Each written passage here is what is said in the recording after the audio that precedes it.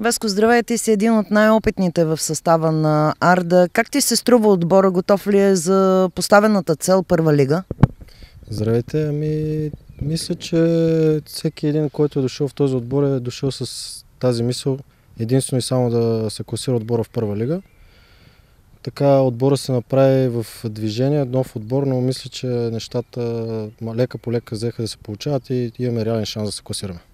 В матча срещу Черноморец Балчик имаше основна заслуга за първия гол. Често се опитваше да изненадаш противниковия вратар.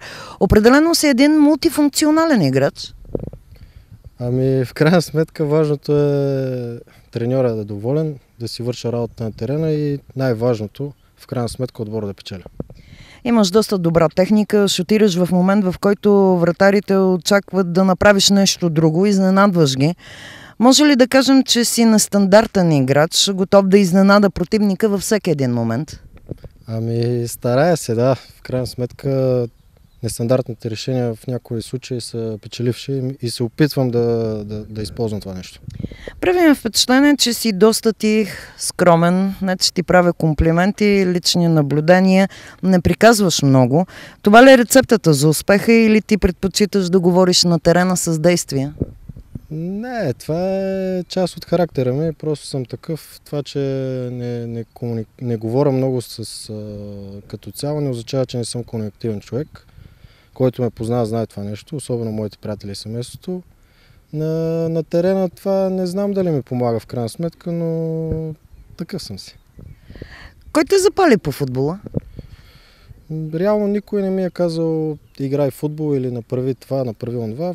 Просто от само себе си дойде и откакто се помня обичам футбол и се занимавам с него.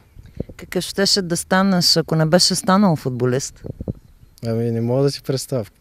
Не знам. Може би пак спортист в някой друг спорт, не знам.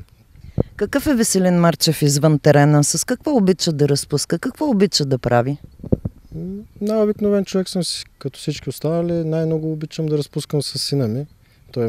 Той ме зарежда, особено в напрегнати моменти, след матч, след тежки тренировки.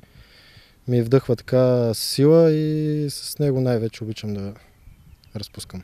Предстои тежък матч, дерби срещу Монтана.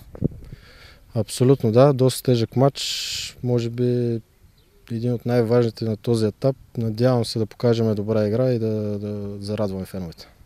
А на феновете какво ще кажеш? На феновете мога да им кажа само единствено да подкрепят отбора, независимо дали печели или губи. Това съм казал и преди в други интервюта.